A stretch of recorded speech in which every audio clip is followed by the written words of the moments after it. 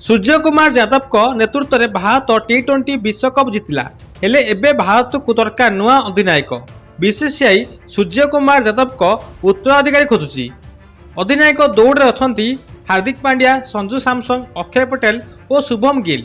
एबे चर्चा कहीं भारत को दरकार नुआ अधिनायक सूर्य कुमार का भली अभिज्ञ अधिनायक थाउ थाउ एथर आपन को आम कही रखु जे सूर्य कुमार को दल अधिनायक पद हटाई एवं दुईटी कारण गोटे हूँ बैटिंग रे अवनति और द्वितीयटी कारण हूँ बयस।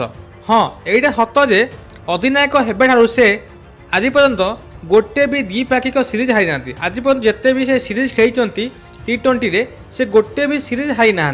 से जड़े अभिज्ञ खेलाड़ी एवं तांको पाखरे अधिनायक भार बहुत किछि ज्ञान अच्छी किंतु तापर भी सूर्य कुमार यादव को अधिनायक जीवार मुख्य दुईटे कारण गोटे है बैटिंग रे प्रदर्शन अन्य गोटे है बयस।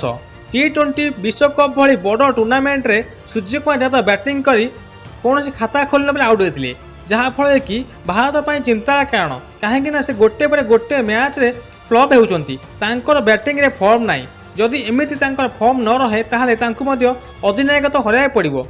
अन्यपटे है बयस आग को 2028 मसीह ओलंपिक आसूँ एवं सूर्य यादव को 35 वर्ष बयस। 2028 मसीहा बेलू सूर्य यादव को हो 38 वर्ष बयस।